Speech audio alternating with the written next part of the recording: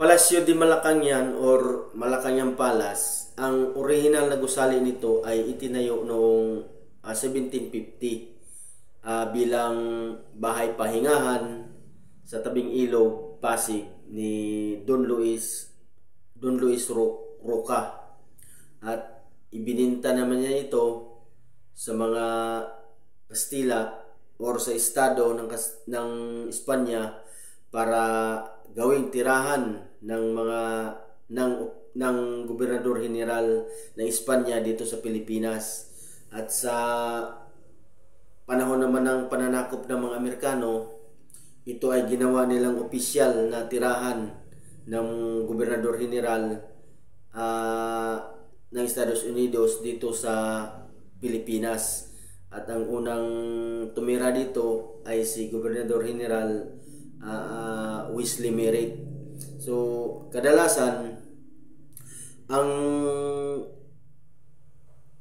karaniwan ang mga namumunong mga kolonistang Kastila dito sa Pilipinas, ang mga gobernador general ay nakatira sa Palasyo Gobernador sa Intramuros, Maynila.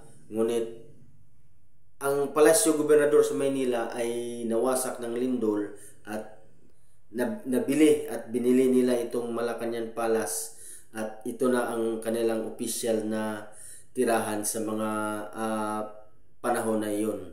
So itinayo ang Malacañang bilang Castilla o bahay baryo noong 1750. Ito ay yari sa adobe, at ang panloob na disenyo nito ay yari sa pinakamainam na matibay na kahoy, ang nara.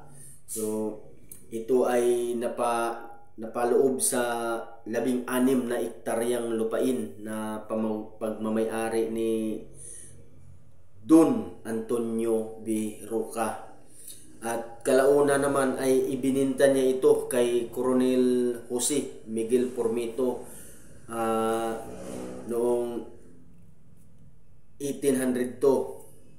So sa halagang 1,000 piso niya ibininta kay Coronel Jose Miguel Pormito. At pagkaraan ng pagkamatay ni Coronel Pormito noong 1825, ito naman ay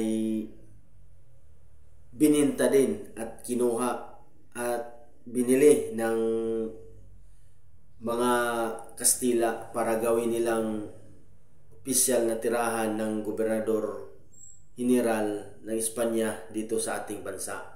At noong panahon din ng mga Amerikano, at ginawa din itong opisyal na tirahan ng gobernador general dito sa ating bansa.